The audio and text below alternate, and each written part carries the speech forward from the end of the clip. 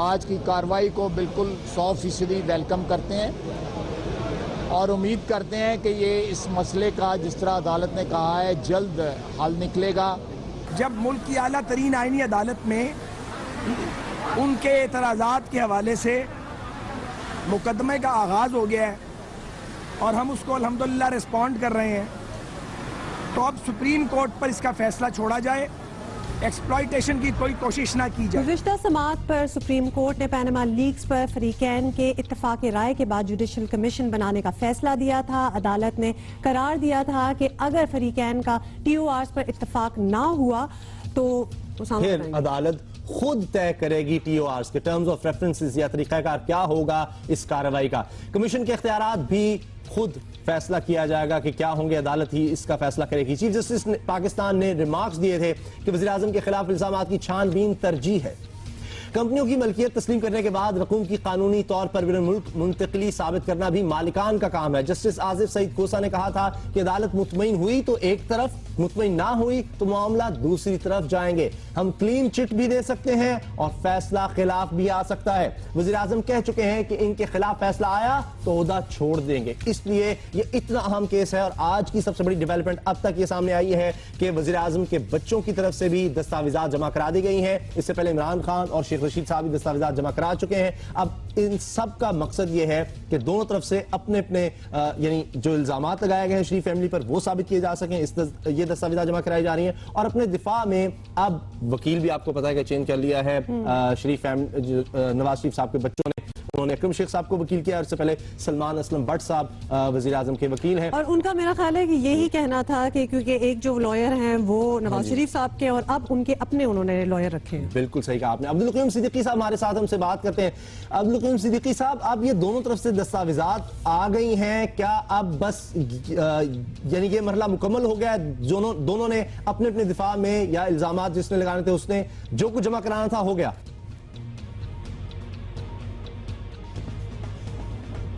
जी सिद्दीकी साहब, आपको आवाज आ रही है?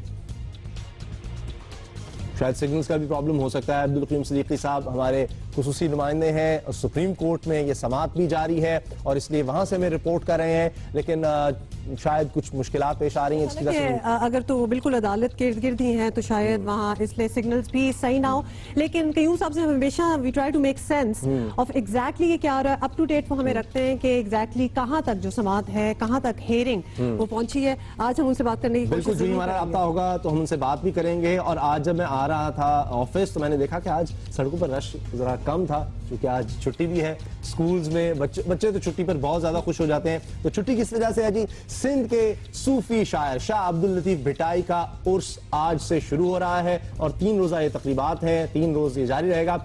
आज सिंध हुकूमत के ज़ेर एहतमाम स्कूल कॉलेजेस बंद रहेंगे। सिंध हुकूमत के ज़ेर एहतमाम तमाम सरकारी दफातर में तातील भी है।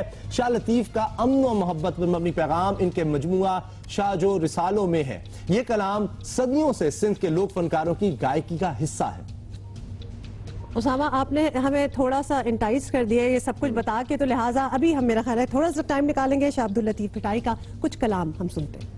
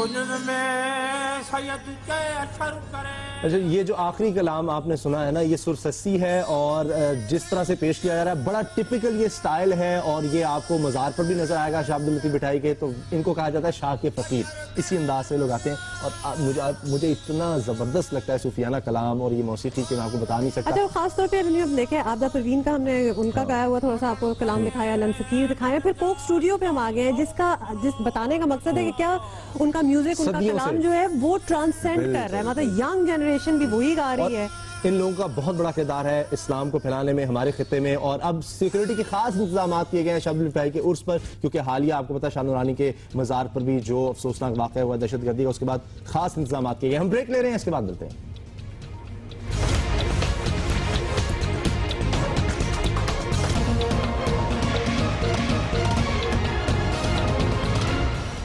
अब तक की सबसे बड़ी और ब्रेकिंग न्यूज पनामा लीक से मुतल्लिक ही है और अंसार अब्बासी साहब एडिटर इन्वेस्टिगेशन न्यूज की खबर है कि नवाज शरीफ के बच्चों की जानिब से सुप्रीम कोर्ट में जमा कराए जाने वाली दस्तावेजात सामने आ गई हैं, वो सामने लाए हैं और इंटरेस्ट डीड है ये, और इसके मुताबिक हुसैन नवाज बेनिफिशरी हैं और मरियम सफदर ट्रस्टी हैं। हार्वर्ड केनेडी लॉ फर्म ने ट्रस्ट डीड के असल होने की तस्दीक भी की है और ट्रस्ट डीड हुसैन नवाज के हक में किसी भी बरतानवी अदालत में काबिल कबूल है। दस्तावेजात के मुताबिक ट्रस्ट के कयाम का मुआहिदा हुसैन नवाज और मरियम सफदर के दरमियान हुआ। दस्तावेजात के मुताबिक ये ट्रस्ट 3 कंपनियों से मुतालिक कायम किया गया।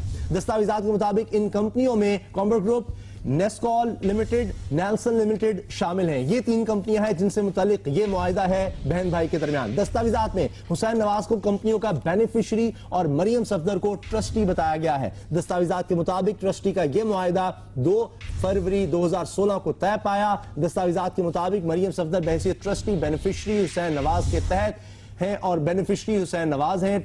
ट्रस्टी मरियम सफदर के कंपनी से मुतालिक अखराजात वापस करेगा। दस्तावेजात में ये बात कही गई है और बेनिफिशरी हुसैन नवाज के इंतकाल की सूरत में ट्रस्टी मरियम सफदर तमाम शेयर्स फरोख्त करेंगी। दस्तावेजात और दस्तावेज शेयर्स की रकम को ट्रस्ट इस्लामी शरीय कवानीन के मुताबिक और तनासब से तकसीम करेगा। दस्तावेजात कहती हैं अगर कोई कर्ज हुआ तो शेयर्स की रकम की तकसीम से पहले ट्रस्टी के कर्ज अदा किए जाएंगे और ट्रस्टी मरियम सफदर के इंतकाल या ज़ेनी माजूरी पर इनके शेयर्स बेनिफिशरी यानी हुसैन नवाज के पास जाएंगे। तमाम उमूर की निगरानी के लिए ट्रस्टी किसी अहल, पेशावर और आज़ाद पार्टी का तकर्रुर भी कर सकता है। सुप्रीम कोर्ट में अहम शख्सियात के आने का सिलसिला भी जारी है। इमरान खान भी कुछ ही देर पहले सुप्रीम कोर्ट पहुंचे हैं। ये आप देख रहे हैं मनाज़िर अपने साथियों के हमरा। इमरान खान सुप्रीम कोर्ट में आए हैं, अहम समात है आज भी। इससे पहले इमरान खान भी दस्तावेजात जमा करा चुके हैं जिनके मुताबिक जो वो इल्जाम लगाते हैं कि छुपाया गया था इन कंपनीज को, और इमरान खान का यह कहना है कि बेनिफिशरी इन कंपनीज की मरियम सफदर हैं, ये फायदा वो उठाते रही हैं इनसे। लेकिन जो आज दस्तावेजात जमा कराई गई हैं एडिटर इन्वेस्टिगेशन अंसार अब्बासी साहब की खबर के मुताबिक मरियम सफदर की तरफ से और वज़ीर आज़म नवाज शरीफ के बच्चों की तरफ से, उनके मुताबिक बेनिफिशरी मरियम सफदर नहीं है बल्कि बेनिफिशरी हुसैन नवाज है इन कंपनियों के, और मरियम सफदर सिर्फ ट्रस्टी थी। 2006 में मुआहिदा तय पाया था और ये बरतानवी अदालत में पेश भी किया जा सकता है बतौर सबूत। इस बारे में जो भी ताज़ा खबर होगी, जो भी आम शख्सियत आएगी, जो ही हमारे पास कोई खबर आएगी इस समाज से मुतालिक, हम आपको जरूर बताएंगे। अच्छा, लेकिन अगर तो बहुत लोग पाकिस्तानी वहाँ बैठ के सोच रहे हैं भाई हमारे मुल्क में क्या हो रहा है, इट्स सो एम्बैरेसिंग और दुनिया देख रही है और क्या बातें हो रही हैं, तो मैं आपको ये बता दूं कि इल्ज़ाम तराशी जो है वो सिर्फ पाकिस्तानी सियासत में नहीं होती, कुछ यूक्रेन में भी बड़ी इंटरेस्टिंग चीज़ें हो रही हैं। तो अगर आपकी वहाँ तो मतलब बहुत कुछ हो रहा है, तो मैं आपको जरा बताऊं कि पाकिस्तान सियासत के अलावा भी दुनिया में बहुत कुछ हो रहा है। यूक्रेन की पार्लियामेंट भी उस वक्त अखाड़ा बन गई जब हुकूमती जमात के रुकन ने ऑपोजिशन रुकन असेंबली पर इल्जाम लगाया कि वो मॉस्को का दौरा करके आए हैं, वहां से अहकामात लेते हैं, और इस पर ऑपोजिशन के रुकन ने उन पर मुक्कों की बारिश कर दी। बहुत ही बुरा उनका हाल हुआ और बीच बचाव हुआ, मगर हुकूमती रुकन बाज ना आया और इल्जामात का सिलसिला जो था, जिस तरह कि आप अपनी स्क्रीन पे देख रहे हैं, वो जारी रहा। ये उफ, मुझे लगता है शदीद जख्मी हो गए, उसके बाद कैसे वो तकरीर अपनी पूरी नहीं कर सकते। और ये देखिए लोग परेशान है, एक कोने में लड़ाई स्टार्ट हो गई है और दोबारा उसने तकरीर, ये देखिए, अच्छा एक दफा तकरीर शुरू हुई तो वो उड़ ये के दूसरी गया है दफा है। पीछे, मुझे काफी अफसोस हुआ है इन पे, और he didn't see it coming. इसका मतलब यूक्रेन में ना उनको बता देना चाहिए कि आइंदा आपने किसी ऑपोजिशन लीडर के खिलाफ तकरीर करनी है तो ये जरूर देख लें कि वो साथ ना बैठा हो। वो बिल्कुल साथ बैठा था और वो वेट कर रहा था कि ये बात अरे देखिए, अजीब मुझे बात लगी है, are the opposition and government benches, मतलब उन लोगों को ऑपोजिट सिर्फ रास्ता बीच में थोड़ा सा था तो उस पर भी चीजें उठा के फेंकी जा सकती थी, बट ये दिखाने का मकसद ये था कि काफी जगह मतलब टेम्पर जो है वो आउट ऑफ कंट्रोल हो जाता है। नहीं होना इनफैक्ट चाहिए। हमारे यहाँ फिर भी जरा मेरा शुक्र ख्याल है, है कि इतना रख नहीं रखाव होता। मतलब इस तरह करके नहीं, मुक्के शुक्कों पे नहीं आएंगे, है ना?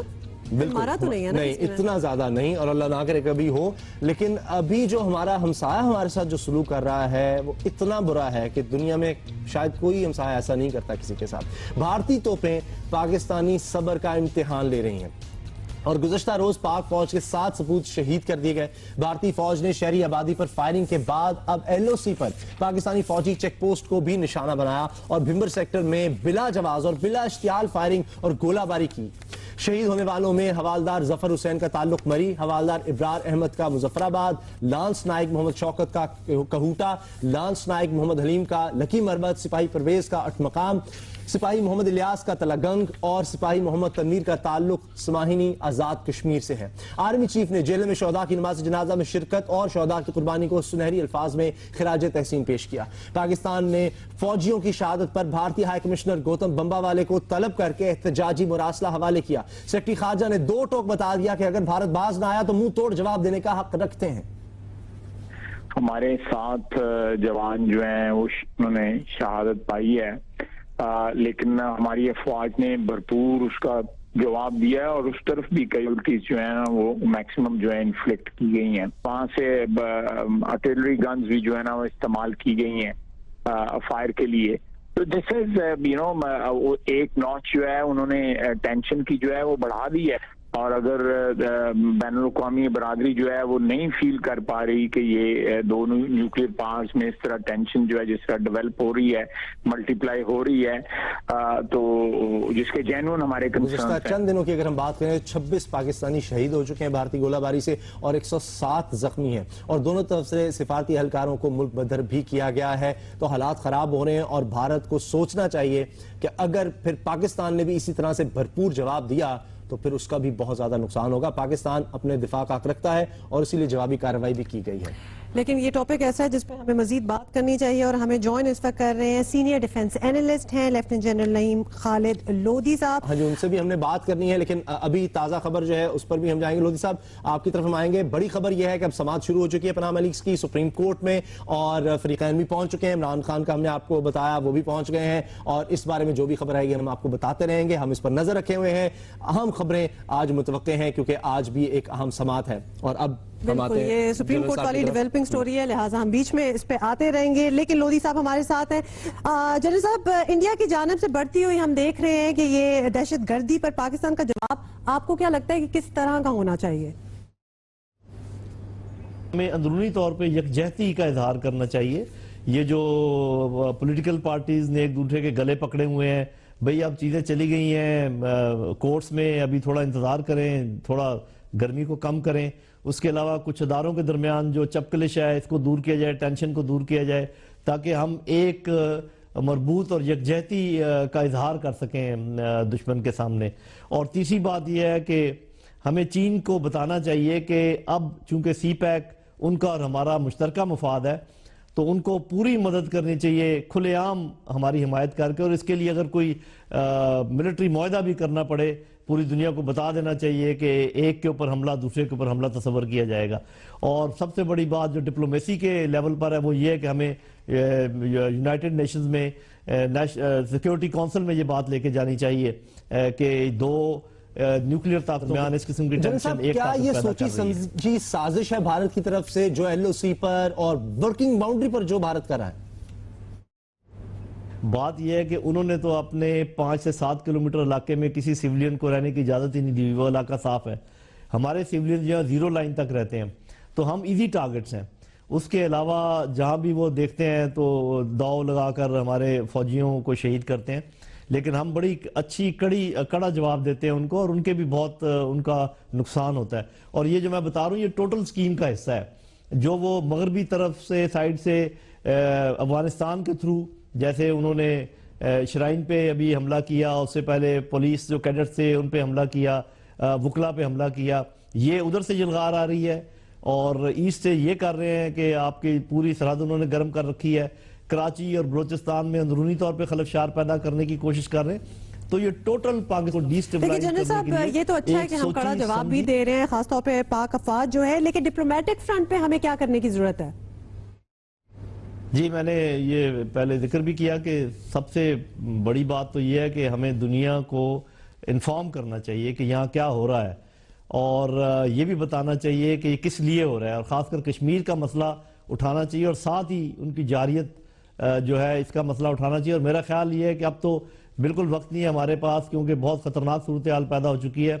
हमें स्ट्रेट अवे ये बात यूनाइटेड नेशंस की सिक्योरिटी काउंसिल में उठानी चाहिए, उनको बताना चाहिए कि इस कदर ख़तरनाक सूरत हाल है कि दो एटमी ताकतें जो हैं उनमें से एक ताकत जो है अपने आपे से बाहर हुए जा रही है, और उस चीज़ की परवाह किए बगैर के पूरी यहाँ पर 1-1.5 अरब की आबादी के ऊपर के मुस्तकबिल के ऊपर क्या असरात पड़ सकते हैं, वो अपना जंगजुआना जो है जुनून उसको जारी रखे हुए। तो ये मेरा ख्याल डिप्लोमेसी के तौर पे हमें करने की जरूरत है। रिटायर्ड नईम खालिद लोधी साहब, बहुत बहुत शुक्रिया आपका। हम ब्रेक ले रहे हैं और ब्रेक के बाद बात करेंगे। रूस और अमेरिका करीब आ रहे हैं, तो क्या शाम के मुसलमानों का फायदा होगा? उम्मीद बढ़ रही है। जिस तरह हमने आपसे कहा था कि पनामा लीक्स केस की समाअत जारी है और जो भी अहम खबरें आएंगी हम आपको बताएंगे, तो जो बातें हो रही हैं, जो रिमार्क्स सामने आ रहे हैं, हम आपसे शेयर कर रहे हैं। पनामा लीक्स केस की सुप्रीम कोर्ट में समाअत शुरू हो चुकी है। चीफ जस्टिस अनवर ज़हीर जमाली की सरबराही में 5 रुकनी लार्जर बेंच समाअत कर रहा है।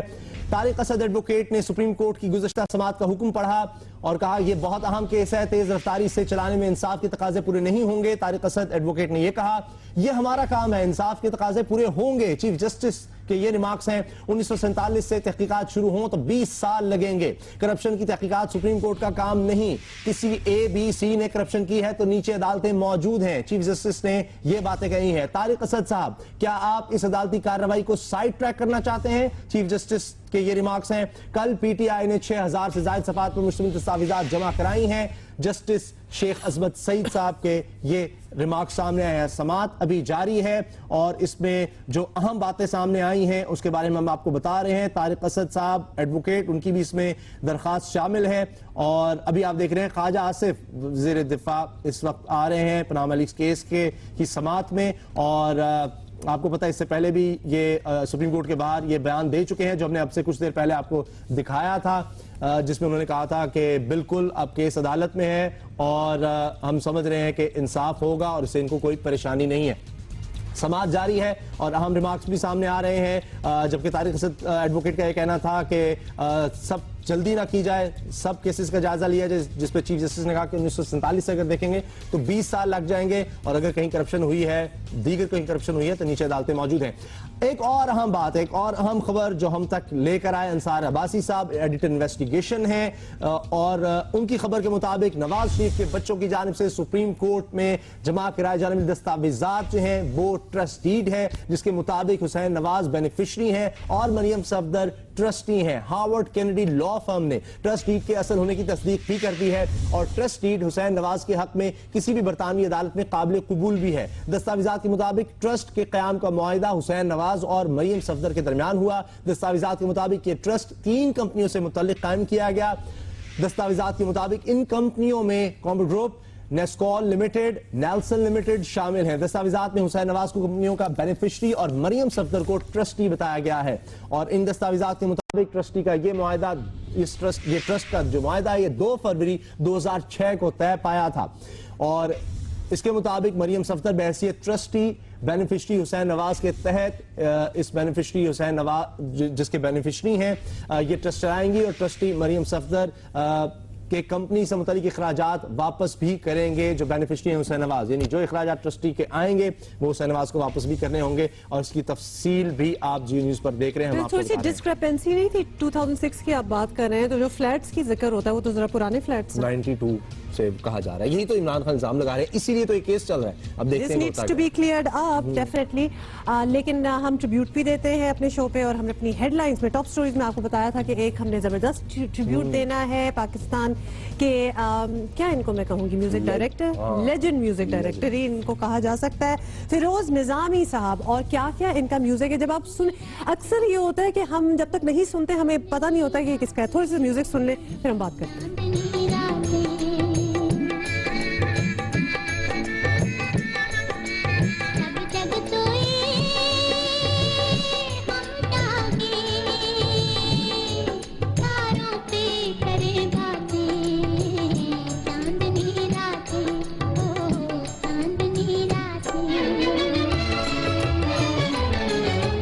फिरोज निजामी जो है वो 10 नवंबर 1910 को लाहौर में पैदा हुए। उस्ताद अब्दुल वहीद खान से मौसीकी की तरबियत ली और बहुत जल्द खुद भी मौसीकी में काफी उस्ताद तक का दर्जा।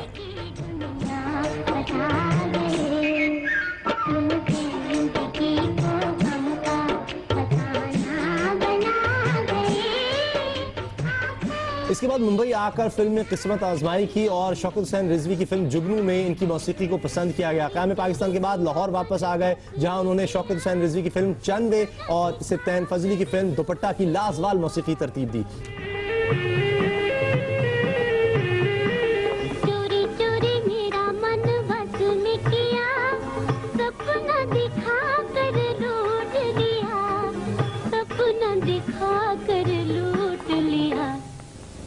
मीठी बत्तियों से दिया न जला, जा रे बलूं तुझे दे। बिल्कुल लग रहा था वैसे कि ये मुसर्रत नज़ीर से इनकी काफ़ी शक्ल मिल रही थी, लेकिन फिरोज निजामी के गीत तख्लीक किए, जो भी उन्होंने गीत तख्लीक किए वो आज भी कानों में रस खोल रहे हैं।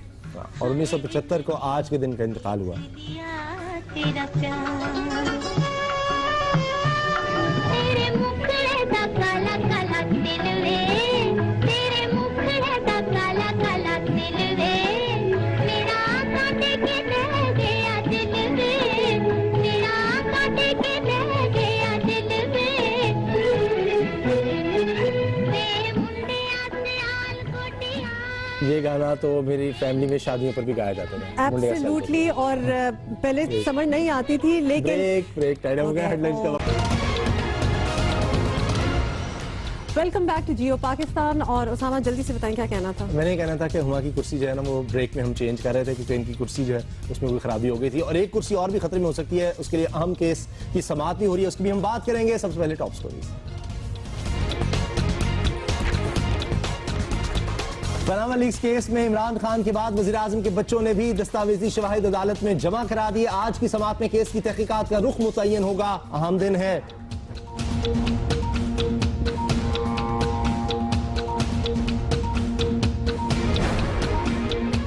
एक था एफेड्रीन केस, पूरे 7 अरब रुपए का स्कैंडल। 4 साल बाद मरकजी मुल्जिम का नाम ECL से खारिज हो गया। इतनी बड़ी करप्शन का जिम्मेदार कौन, पकड़ा कब जाएगा, सजा कब होगी, कई सवालात बाकी रह गए।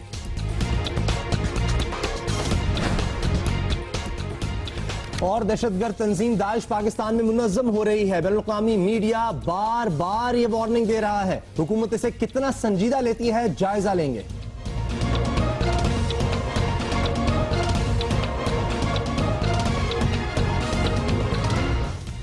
अब तक की बड़ी खबर, ब्रेकिंग न्यूज, ताजा खबर है पनामा लीक्स केस की। सुप्रीम कोर्ट में समाअत जारी है। चीफ जस्टिस अनवर ज़हीर जमाली की सरबराही में 5 रुकनी लार्जर बेंच समाअत कर रहा है। इंसान है, कंप्यूटर नहीं कि दस्तावेजात फीड करें और जवाब आ जाए। चीफ जस्टिस के रिमार्क्स हैं, नैब और दीगर इदारों की नाकामी का मलबा हम पर ना डालें, अखबारात के तराशे कोई सबूत नहीं होता। जस्टिस शेख अजमत सईद साहब के रिमार्क सामने आए हैं। अखबार एक दिन खबर होता है, अगले रोज इसमें पकौड़े फरोख्त होते हैं। जस्टिस शेख अजमत सईद साहब ने यह कहा है, नईम बुखारी ने जो कागजात जमा कराए उनकी जरूरत नहीं थी।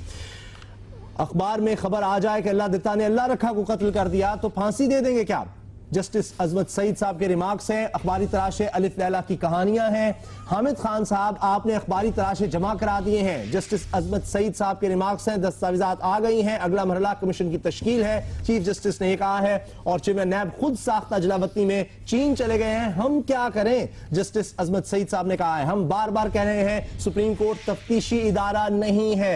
चीफ जस्टिस कमीशन ने कहा है और कमीशन जरूर बनाया जाए ताकि सबको अपने सबूत पेश करने का मौका मिले। वकील जमात इस्लामी ने कहा है दस्तावेजात जमा कराई गई हैं, इन्हें देखने के लिए 48 घंटे का वक्त दिया जाए। हामिद खान जो कि इमरान खान साहब के वकील हैं, उन्होंने कहा है जो दस्तावेजात जमा कराई गई हैं इनको देखने के लिए ताकि उनका जवाब दिया जा सके 48 घंटे का वक्त हामिद खान साहब ने मांगा है। और इससे पहले जो रिमार्क सामने आए हैं बहुत अहम है। जस्टिस अजमत सईद साहब जो इस 5 रुकनी बेंच के एक मेंबर हैं, उन्होंने ये कहा है कि हामिद खान साहब आपने अखबारी तराशे जमा करा दिए, यानी अखबार में जो खबरें शाया होती थी आपने वो तराशे अदालत में बतौर सबूत जमा कराए हैं। और अखबारी तराशे अलिफ लैला की कहानियां हैं, ये कोई सबूत नहीं होते। इसमें अगर कोई खबर आ जाएगी कि किसी ने किसी को कत्ल कर दिया तो क्या हम उसे फांसी दे देंगे? ऐसा कैसे हो सकता है कि इनको बतौर सबूत माना जा सके अखबारी तराशों को?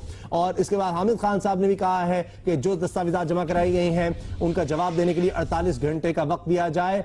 और अब भी ये समात जारी है। और इसके बारे में ही एक बड़ी खबर जो जियो न्यूज के पास है, एडिटर इन्वेस्टिगेशन अंसार अब्बासी साहब ये खबर लाए हैं कि नवाज शरीफ के बच्चों की जानिब से सुप्रीम कोर्ट में जमा कराई जाने वाली दस्तावेजात ट्रस्ट डीड हैं और इसके मुताबिक हुसैन नवाज बेनिफिशरी हैं और मरियम सफदर ट्रस्टी हैं।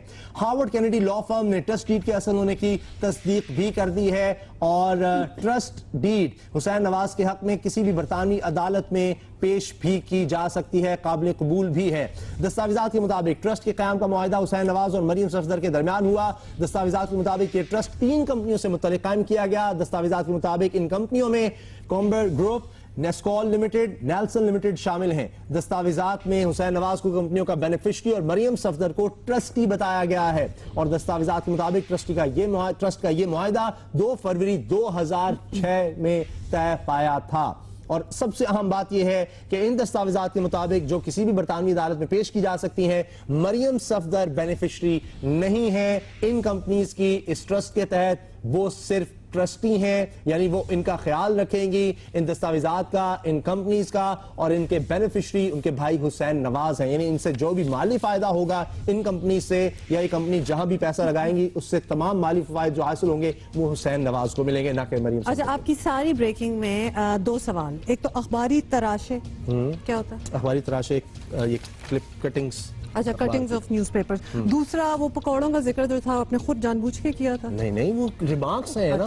यही तो मैं इसलिए शायद मेरी वजह से आपने वो बताया जा रहा है कि अखबार में जो खबर होती है वो खबर होती है, उसको बतौर सबूत अदालत में इसलिए नहीं लाया जा सकता कि वो कोई सबूत नहीं है कि एक दिन वो खबर है, बिल्कुल उसकी अहमियत है, लेकिन अगले दिन उसमें पकौड़े भी रखे जाएंगे क्योंकि कोई ऐसा प्रूफ थोड़ी है किसी के खिलाफ कि उसको आप अदालत में लेकर आए, इसलिए ये बात कही गई है। मैंने कहा मैं पता कर लूं क्योंकि मैं जरा बिल्कुल सही, आम आदमी के ज़हन में सवाल आते हैं कि क्या बात हो रही है। That's true. और तीसरी बात जो पूछनी नहीं है, सिर्फ बतानी है कि उसामा ब्रेकिंग न्यूज इतनी अच्छी देते हैं कि मतलब कि बिल्कुल तेजी से और जो उसके अंदर जोश होना चाहिए और जो उसका टोन होना चाहिए और जो इमरजेंसी होनी चाहिए। I'll take it as a compliment. It is a compliment. Why are you not taking it to heart? It is a compliment. बहुत शुक्रिया। अब कुछ खबरें हो जाए। खबर की तरफ आते हैं। वज़ीर आज़म के बच्चों के ऑफशोर अकाउंट्स के बारे में हम बात करें। उनकी छानबीन के लिए तहरीक इंसाफ ने बहुत बात की थी और इसका इरादा भी किया था कि फोरेंसिक माहिरीन की खिदमात दी जाएंगी, लेकिन इस मामले में अब तक कुछ नहीं हो सका। इमरान खान ने अपने 3 बाएतमाद साथियों अलीम खान, जहांगीर तरीन और जुल्फी बुखारी को नवाज शरीफ के बच्चों की ऑफशोर कंपनियों की मलकियत साबित करने के लिए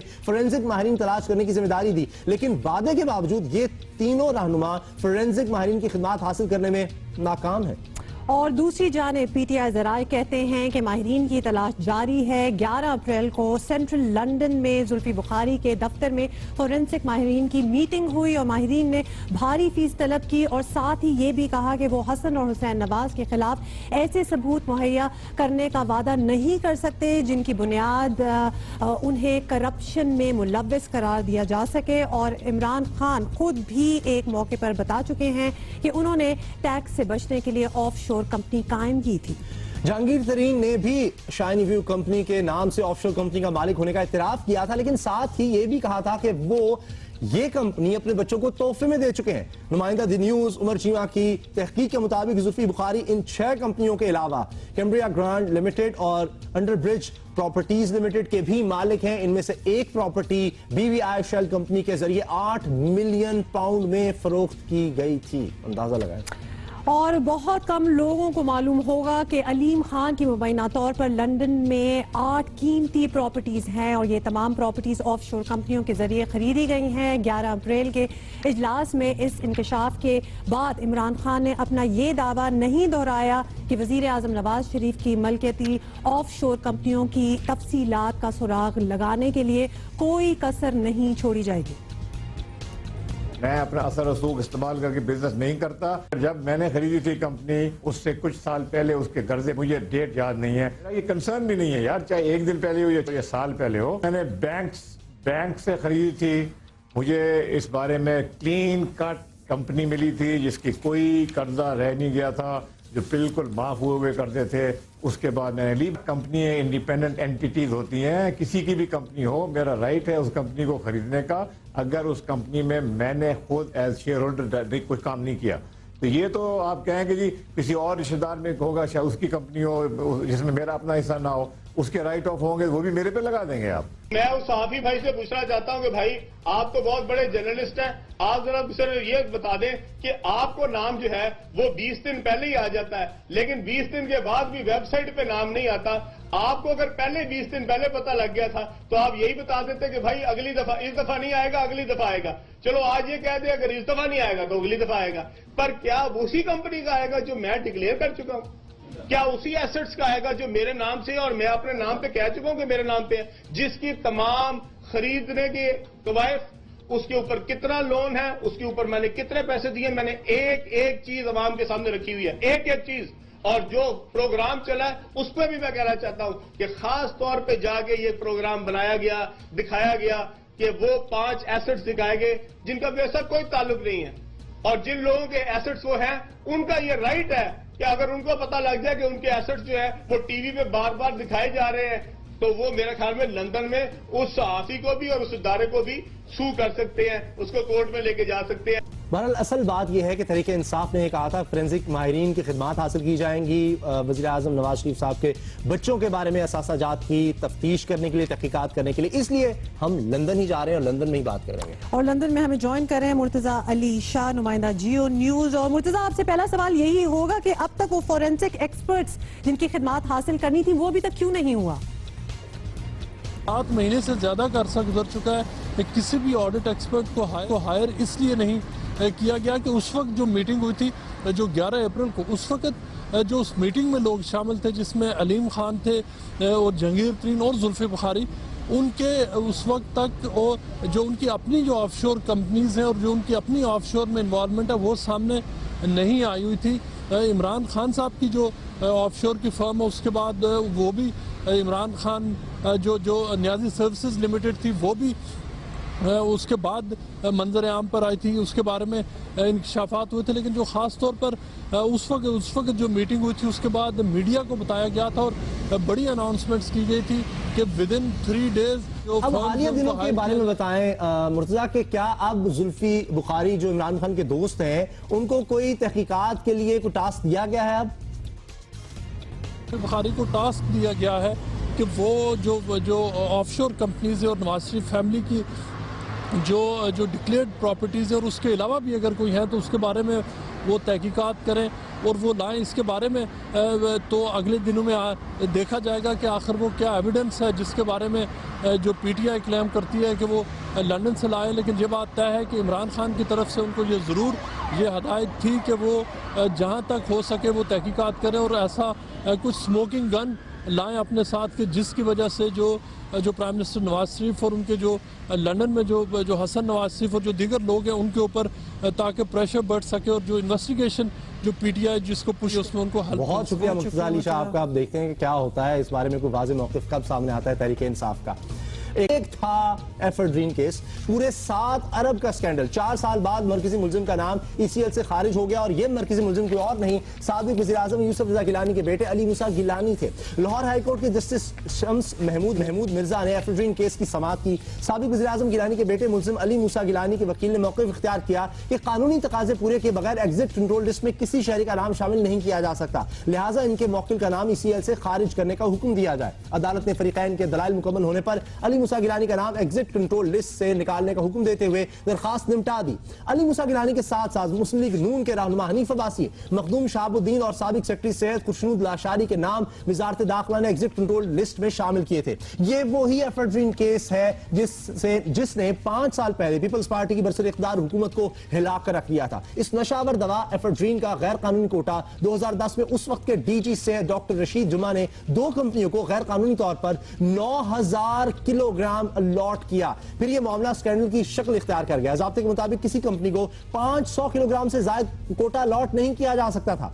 10 अक्टूबर 2011 को एंटी नारकोटिक्स फोर्स ने पहली एफआईआर दर्ज कराई। वजारत नारकोटिक्स कंट्रोल के मुताबिक वज़ीर आज़म हाउस के एक आला अहदेदार खुशनूद लाशारी ने कोटा अलॉट करने में कलीदी किरदार अदा किया। अली मूसा गिलानी ने जाती तौर पर उस वक्त के सेक्रेटरी नारकोटिक्स सुहेल अहमद पर तफ्तीश खत्म करने के लिए दबाव डाला, जिसके बाद सुहेल अहमद वजारत छोड़ने पर मजबूर हुए। ग्रेड 20 के अफसर जफर अब्बास को खिलाफ ज़ाब्ता ग्रेड 21 में तरक्की देकर वजारत नारकोटिक्स कंट्रोल लाया गया, जहां उन्होंने फौरन ही एंटी नारकोटिक्स फोर्स को तफ्तीशी अमल रोकने के अहकाम जारी कर दिए। वज़ीर आज़म गिलानी के बेटे पर इल्जाम था कि उन्होंने अब एफेड्रीन का कोटा अलॉट कराने में अपना असर और रसूख इस्तेमाल किया और इसके लिए करोड़ों रुपए कमाए।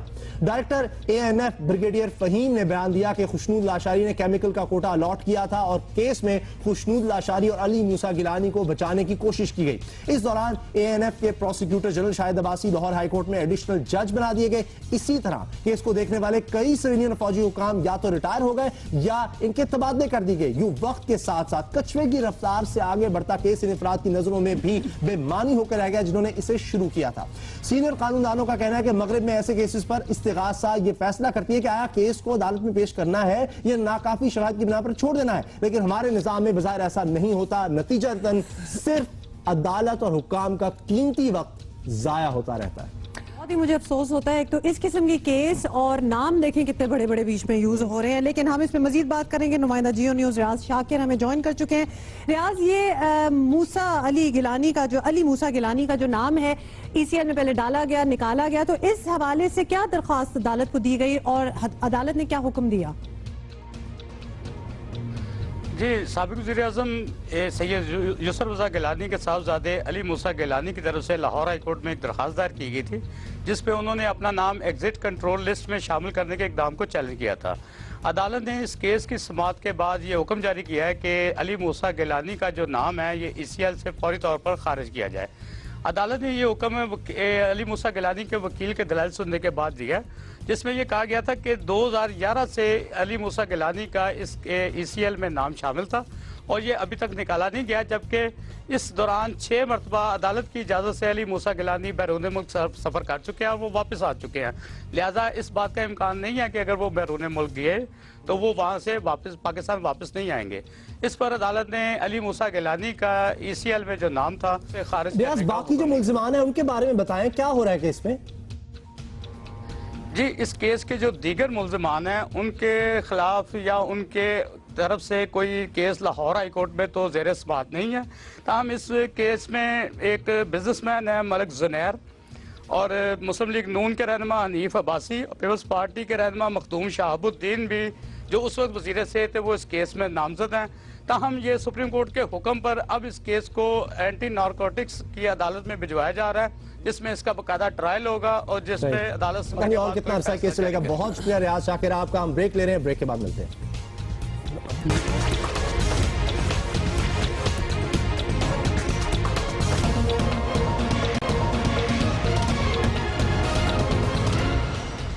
एक बहुत ही अहम मामला जिसके बारे में इंटरनेशनल मीडिया भी बात कर रहा है और पाकिस्तान पर इस पर बहुत ज्यादा तवज्जो देने की जरूरत है, खासतौर पर हालिया वाकयात के बाद। इस बारे में बात करना चाह रहे हैं। दाइश पाकिस्तान में मुनज़्ज़म हो रही है, हुकूमत को जागना होगा। दौलत इस्लामिया या दाइश नामी अस्करी पसंद तंजीम पाकिस्तान में अपनी जड़ें आहिस्ता आहिस्ता फैला रही है। पुलिस के मुताबिक तालिबान से नाराज जंगजुओं को इकट्ठा करके दाइश इन्हें मुल्क के सबसे खतरनाक फिरका वाराना ग्रुपों के साथ मुंसलिक कर रही है। बलूचिस्तान में शाह नूरानी मज़ार पर होने वाले हमले में 50 से ज्यादा अफराद लुक़्मा अजल बन गए। दाइश ने न सिर्फ वाक़ई की जिम्मेदारी कबूल की बल्कि इंटरनेट पर हमला आवर की तस्वीर भी जारी की। 26 अक्टूबर को दाइश ने बलूचिस्तान की पुलिस एकेडमी पर हमले में 60 अफराद की हलाकत की जिम्मेदारी भी कबूल की। एक हमला आवर की जारी करदा तस्वीर के बारे में 2 तालिबान हुकाम ने मुबैना तौर पर कहा था कि वो नस्लन उज़्बेक था, जिसका ताल्लुक मुमकिना तौर पर इस्लामिक मूवमेंट ऑफ उज़्बेकिस्तान से था। मकामी हुकाम ने दावा किया था कि हमले की मनसूबाबंदी अफगानिस्तान में की गई और इस पर अमल दरामद लश्कर जंगी की जानिब से किया गया। बाद में ना सिर्फ दाइश ने जिम्मेदारी कबूल की बल्कि लश्कर जंगी के तर्जुमान ने बताया कि हमला दोनों तंजीमों ने साथ मिलकर किया। पुलिस, अफगान हुकाम और दाइश के मीडिया जराए दावा कर रहे हैं कि तंजीम में शामिल और अफगानिस्तान में मौजूद ज्यादातर जंगजुओं का ताल्लुक पाकिस्तान के कबायली इलाकों से है। ग्रुप का सरबराह हाफिज सईद खान, जो खुद भी पाकिस्तानी था, जुलाई में एक ड्रोन हमले में मारा गया था। अलबत्ता दाइश ने कभी इस खबर की तस्दीक या तरदीद नहीं की। और हम एक ब्रेकिंग आपको दे रहे हैं। अवामी मुस्लिम लीग के सरबराह शेख रशीद इस वक्त मीडिया से बात कर रहे हैं। पेश किए हैं कि इनके वालिद ने उनसे पैसा लिया है। मैंने कहा जनाब आप जल्दी फैसला करें, सारी कौम आपकी तरफ देख रही है, वरना ये महात्मा गांधी के डॉक्यूमेंट ले आएंगे और मैंने चीफ जस्टिस से कहा मोदी उसको टेस्ट भी कर देगा। और ये सारी कौम इस बेंच की तरफ देख रही है, सारी दुनिया देख रही है। इन सरहदों पे जो हमला हो रहा है इसकी वजह इस पनामा केस की वजह से हो रहा है। दरगाहों में जो बम फट रहे हैं इस केस की वजह से फट रहे हैं। और चीफ जस्टिस साहब ने कहा कि हम इस केस पे परसों फैसला करेंगे कि जुडिशल कमीशन में जाना है या हमने सुनना है। और उन्होंने मुझे मशवरा दिया कि आप सियासत से पीछे होकर आप अगर वकालत करें तो मेरा ख्याल है बहुत ही कामयाब जो है वकील होंगे। Thank you very much. ठीक है। शेख रशीद साहब का अपना जो अंदाज है उनका एक खासा है, वही अंदाज उन्होंने अभी मीडिया के सामने भी अपनाया और वो कह रहे थे कि मुझे ये भी कहा गया कि आप सियासत छोड़कर अगर वकालत में आ जाते तो बहुत ही जबरदस्त होता।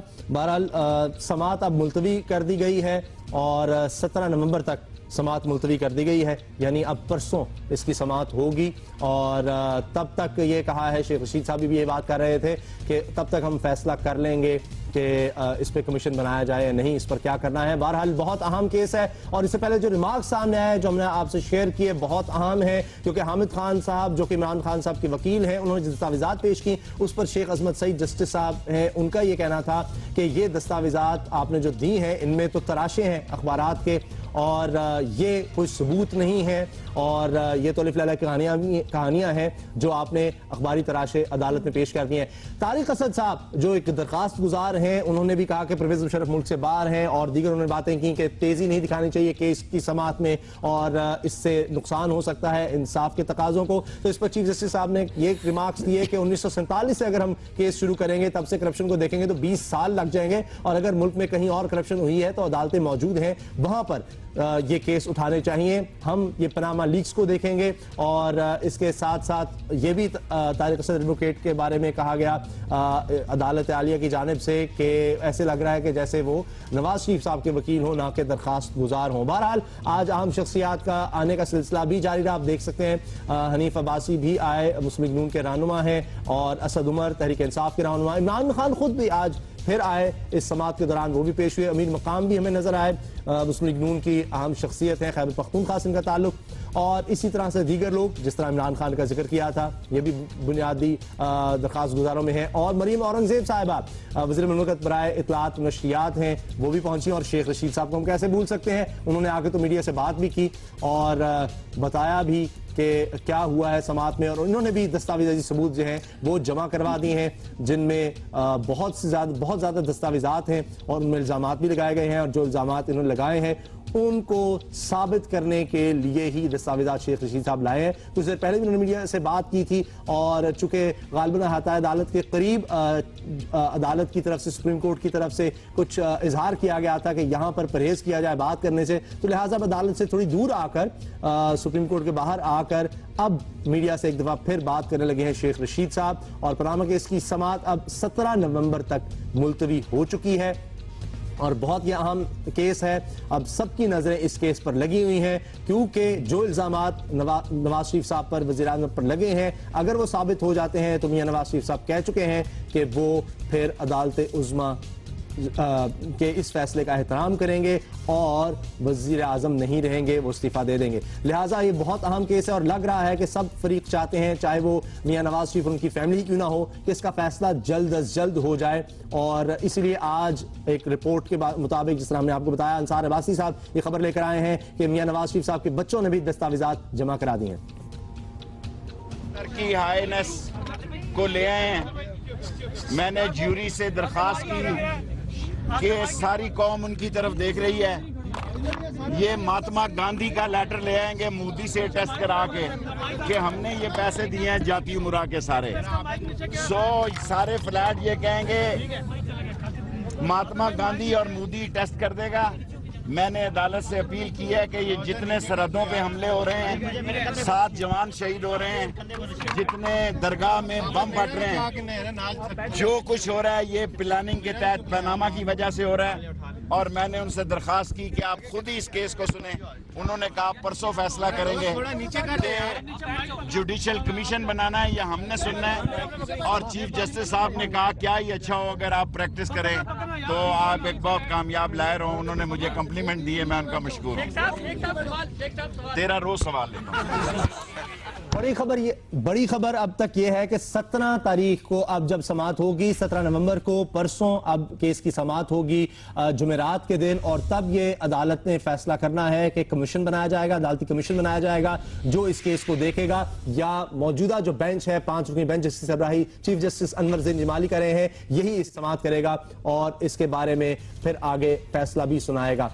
लेकिन सॉरी बट बिल्कुल on another note, Sheikh Rashid साहब जब भी कोई बात करते हैं तो कोई मजाहिया बात जरूर बीच में कर देते हैं। मतलब इतनी सीरियस सिचुएशन में भी उनको कोई फनी एलिमेंट याद आ जाता है। जैसे कि अभी जाते जाते उन्होंने ये भी कह दिया कि उनको एडवाइस मिली है कि आप पॉलिटिक्स छोड़ें और वकील बने, और वो हंस रहे थे इस बात पे। इसलिए मैं बड़ी क्यूरियस हूँ, नेक्स्ट टाइम हमारी बात हुई शेख साहब से तो मैं जरूर पूछूंगी कि वो वकालत कब शुरू कर। शेख साहब की जो आपने बात की है ना कि वो कोई मुनफरिद बात जरूर कर देते हैं, इस वजह से लोग उनको सुनना पसंद भी करते हैं। और इसी तरह से अगर कोई मुनफरिद कोई काम कर दे तो जाहिर है फिर लोग उसकी तरफ जाते हैं। आर्टिस्ट भी ऐसा करते हैं कि एक तरह तो आर्ट चल ही रहा है, लोग पेंट कर रहे हैं, लेकिन कोई मुख्तलिफ अंदाज अपना लेते हैं। तो लिहाजा बात तो तब हो जब आप अपना पेंट ब्रश वगैरह छोड़ दें और कोई नई चीज उठा के आप अपना आर्ट जो है, जैसे कि पैकिंग टेप। और न्यूजीलैंड के एक आर्टिस्ट ने एग्जैक्टली ये किया है कि उसने ब्रश स्ट्रोक्स वगैरह सब कुछ छोड़ दिया और पैकिंग टेप के साथ अपना आर्ट बनाया। ऑफ कोर्स, लेकिन ये हम अक्सर इस तरह बर्बाडों में चले जाते हैं कि जी हमसे पाकिस्तान इस वक्त नंबर 2 टीम है, अभी हाल ही में नंबर 1 हम थे हम। वो बस आपको पता है इंडिया को अपने होम ग्राउंड से बाहर ही नहीं निकलता। मैं तो दुआ ही कर रही थी, मैं तो मतलब I am hoping for the best once again. Break ले, मैं जरा समझाती हूँ। ब्रेक ले और मैं हुमा को समझाता हूँ, मैं समझाती हूँ कि मैं क्या कह रही, आप ब्रेक लें।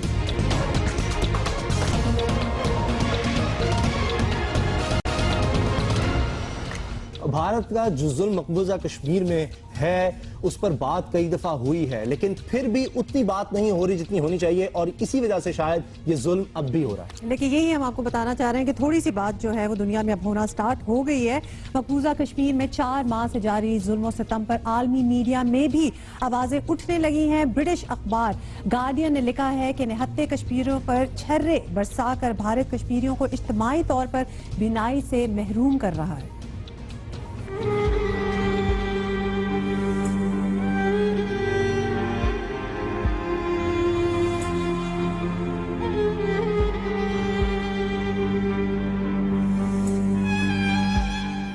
क्या भारत कश्मीरियों को नाबीना करने वालों को इंसाफ के कटहरे मिलाएगा या उन्हें खुली छूट मिली रहेगी? दी गार्जियन का सवाल अहम भी है और बर वक्त भी। अखबार ने लिखा है कि भारतीय फोर्सेस के मजालिम में बच्चों समेत 17,000 शहरियों को जख्मी किया गया, 5,000 से जायद गिरफ्तारियां की गईं, 100 से जायद कश्मीरी शहीद किए गए हैं और पैलेट गनों के इस्तेमाल से 500 से जायद कश्मीरियों की बीनाई को नुकसान पहुंचाया गया है। भारतीय फौज ने इस दौरान 4,000 कारतूसों से 13 लाख धाती छर्रे गैर मुसल्लह और नौजवान मुजाहिरीन पर फायर किए। 4 से 5 साल तक के बच्चे भी छर्रे लगने से हमेशा के लिए जुज़वी या मुकम्मल तौर पर नाबीना हो गए।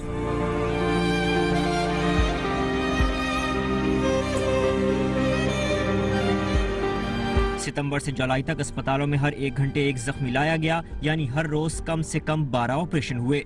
श्रीनगर के मरकजी अस्पताल में 570 जख्मी लाए गए और 10 से 12 जुलाई के दौरान सबसे ज्यादा ऑपरेशन किए गए।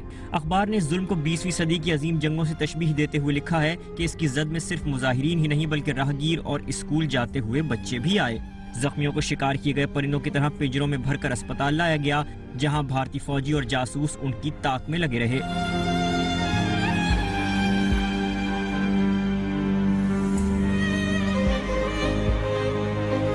अखबार अखबार मजीद लिखता है कि दुनिया में कहीं ऐसा नहीं होता। गुज़श्ता 2 साल में इसराइली फौज के पैलेट गन हमलों में 5 फलस्तीनी नाबीना हुए। मिस्र में 2011 के इंकलाब के दौरान मुजाहिरीन को छर्रों से निशाना बनाने वाले पुलिस अहलकार को 3 साल के लिए जेल भेज दिया गया, लेकिन 150 से ज़ायद कश्मीरियों को नाबीना करने वाली भारतीय फोर्सेस के खिलाफ अब तक कोई इक़दाम नहीं किया गया।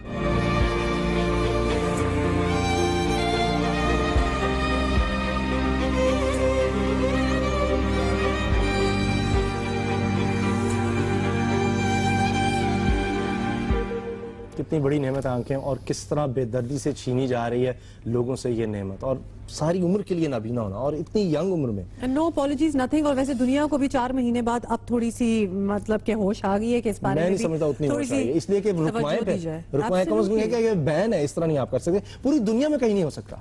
और अभी हम यही बात कर रहे थे, जो लोग उन प्रोसेशंस में इन्वॉल्व भी नहीं थे, जो अपने घरों में भी जिस तरह आप झांक रहे होते हैं नीचे, वो भी अपने घरों में बैठे बैठे भी अंधे हो गए।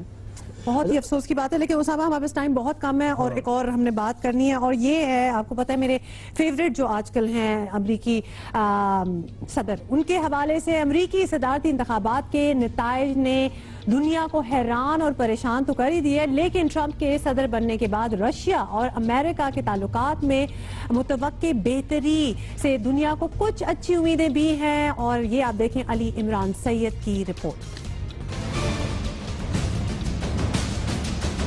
इंटेलिजेंस और दीगर हलकों में हालिया अमरीकी इलेक्शन में रूस की जानिब से असरअंदाज होने की कोशिश को तस्लीम किया जा रहा है। बाज़ माहिरीन का कहना है कि रूसी पुष्पनाही पर मुख्तलिफ औकात में हैकिंग और विकीलीक से बनने वाली हिलरी मुखालिफ खबरों का डेमोक्रेट्स वोटों पर मनफी असर पड़ा है। इशारे हैं कि रूस ट्रंप मुहिम की फंडिंग भी करने की कोशिश करता रहा। एक रिपोर्ट के मुताबिक यूक्रेन की एक रूस नवाज सियासतदान की जानिब से डोनाल्ड ट्रंप की मुहिम के लिए $22 लाख अमरीका मुंतकिल हुए, जिसके लिए ट्रंप की मुहिम के सरबराह पॉल मैनाफर्ट ने मदद दी। डोनाल्ड ट्रंप रूसी सदर पुतिन को मजबूत लीडर कहकर तारीफें करते रहे। बाज़ अफराद इस ताल्लुक का कुछ न कुछ असर नए अमरीकी सदर डोनाल्ड ट्रंप की मशरिक़ वस्ता पॉलिसी पर देख रहे हैं।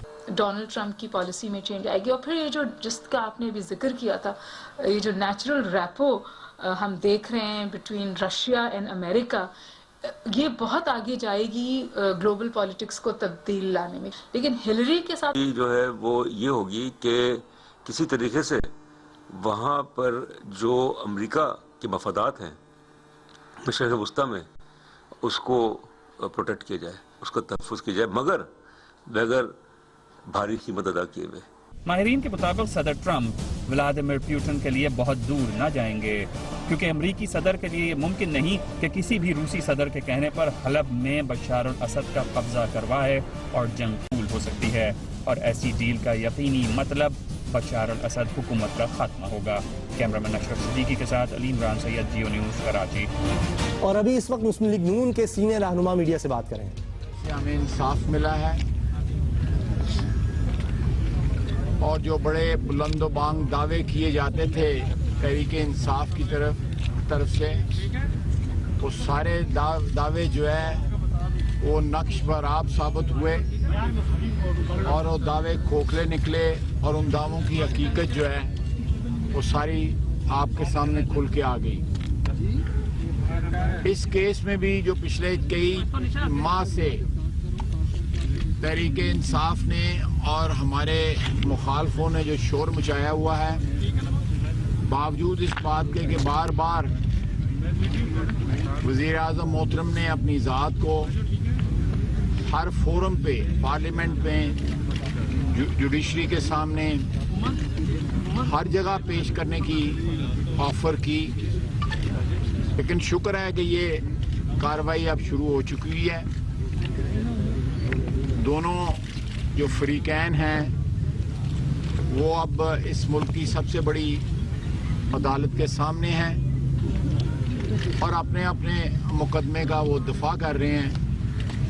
इससे ज़्यादा जो है मेरा कहना जो है वो मुनासिब नहीं होगा, लेकिन अल्लाह के फजल से मैं फिर इस बात का गुफ्तगू उनकी जारी है, और जो भी खबर होगी आप जी न्यूज़ पर देख सकेंगे। प्रोग्राम देखने का बहुत शुक्रिया, आपसे इंशाल्लाह कल मुलाकात होगी। अल्लाह हाफिज।